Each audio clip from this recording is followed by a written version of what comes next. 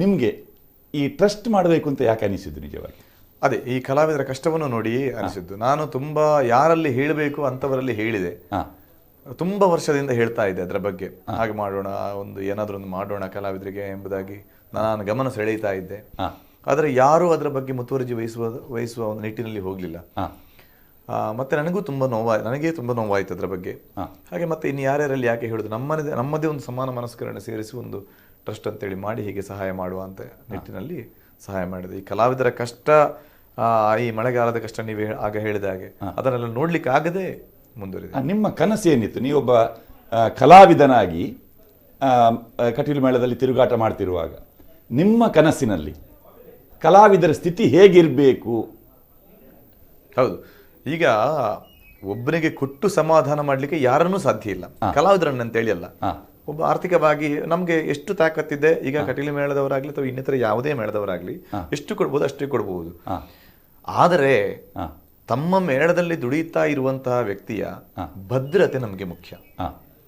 ಅವ ಬರುವುದು ನಮ್ಮ ಮೇಳದ ಒಂದು ಭರವಸೆಯಿಂದ, ನಾನು ಇಂಥ ಮೇಳದಲ್ಲಿ ದುಡಿತಾ ಇದ್ದೇನೆ ಎಂಬ ಒಂದು ಆಶೆಯಿಂದ ಬರುವುದು.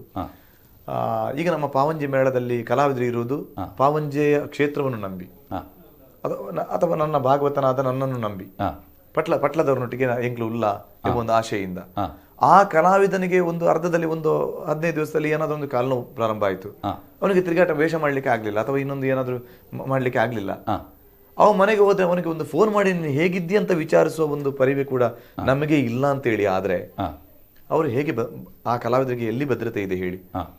ಇದು ನನಗೆ ತುಂಬಾ ನೋವಿನ ವಿಚಾರ ಆಯಿತು. ಅದಕ್ಕೆ ಸ್ವಲ್ಪ ಮಟ್ಟಿನಲ್ಲಾದ್ರೂ ನಮ್ಮ ಆತ್ಮೀಯ ಬಳಗವನ್ನು ಸೇರಿಸಿ, ಇದು ಕೇವಲ ಒಂದು ಮೇಳಕ್ಕೆ ಸೀಮಿತವಾಗಿ ನಾನು ಹೇಳ್ತಾ ಇಲ್ಲ, ಪ್ರತಿಯೊಂದು ಮೇಳವನ್ನು ಗಮನಿಸಿ ಹೇಳ್ತಾ ಇದ್ದೇನೆ.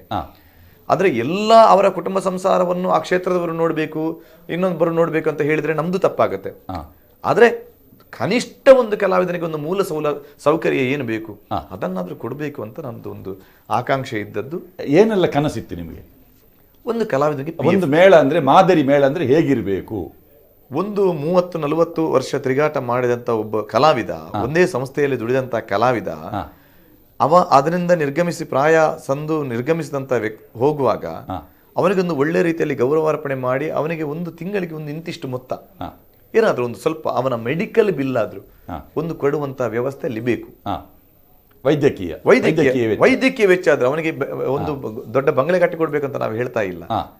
ಈಗ ನನ್ನದೊಂದು ಕನಸಿದೆ, ಅಥವಾ ನಮ್ದೊಂದು ಪಾವಂಜೆ ಟೋಟಲ್ ನಮ್ದೊಂದು ಕನಸಿದೆ, ಒಬ್ಬ ಕಲಾವಿದರಿಗೆ ಹೀಗೆ ಆಗ್ಬೇಕು. ನಮ್ಮ ಮೇಳದಲ್ಲಿ ದುಡಿದಂತ ಒಂದು ಕನಿಷ್ಠ ಒಂದು 5 ವರ್ಷ ಅಥವಾ 10 ವರ್ಷ ದುಡಿದಂತ ನಾವು ಅದನ್ನು ಮಾಡ್ತಾ ಇದ್ದೇವೆ, ಅದನ್ನು ಆಡಳಿತ ಸಮಿತಿಯಲ್ಲಿ ಸೇರಿಸಿ ಅದನ್ನು ನಾವು ಮುಂದುವರಿಸ್ತೇವೆ. ಅದನ್ನು ಅಂತ ಒಂದು ಸ್ವಲ್ಪ ಆದ್ರೂ ಒಂದು ಭದ್ರತೆ ಬೇಕು ಅಂತ ಒಂದು ಆಶೆ ನನಗೆ ಇದ್ದದ್ದು ಆ ಕಲಾವಿದರನ್ನು ನೋಡಿ. ಈಗ 1-2-3 ಕಲಾವಿದರು ನಾನು ಇದ್ದಂತ ಮೇಳದಲ್ಲಿ ಇದ್ದೇ ವೇಷ ಮಾಡಿಕೊಂಡೇ ತೀರಿ ಹೋದಂತ ಕಲಾವಿದರಿದ್ದಾರೆ. ವೇಷ ಮಾಡ್ತಾ ಇರುವಾಗಲೇ ಅವರಿಗೆ ಏನಾದ್ರೂ ಒಂದು ಸಹಕಾರ ಮಾಡಬೇಕು, ಅಂತ ಒಂದು ಸ್ವಲ್ಪ ಮಟ್ಟಿಗೆ ಅದ್ರ ಭದ್ರತೆ ಬೇಕೆಂಬ ನಿಟ್ಟಿನಲ್ಲಿ ನಾವು ತೊಡಗಿಕೊಂಡದ್ದು. ನಮ್ಮಿಂದ ಆದಷ್ಟು ನಾವು ಅದರಲ್ಲಿ ಮಾಡ್ತಾ ಇದ್ದೇವೆ. ಪಾವಂಜೆ ಕ್ಷೇತ್ರದಲ್ಲಿ ನಾವು ನಮ್ಮ ಕಲಾವಿದರಿಗೆ ಅಂತ ಒಂದು ವ್ಯವಸ್ಥೆಯನ್ನು ಮಾಡಲಿಕ್ಕೆ ನಾವು ಸಿದ್ಧರಾಗ್ತಾ ಇದ್ದೇವೆ.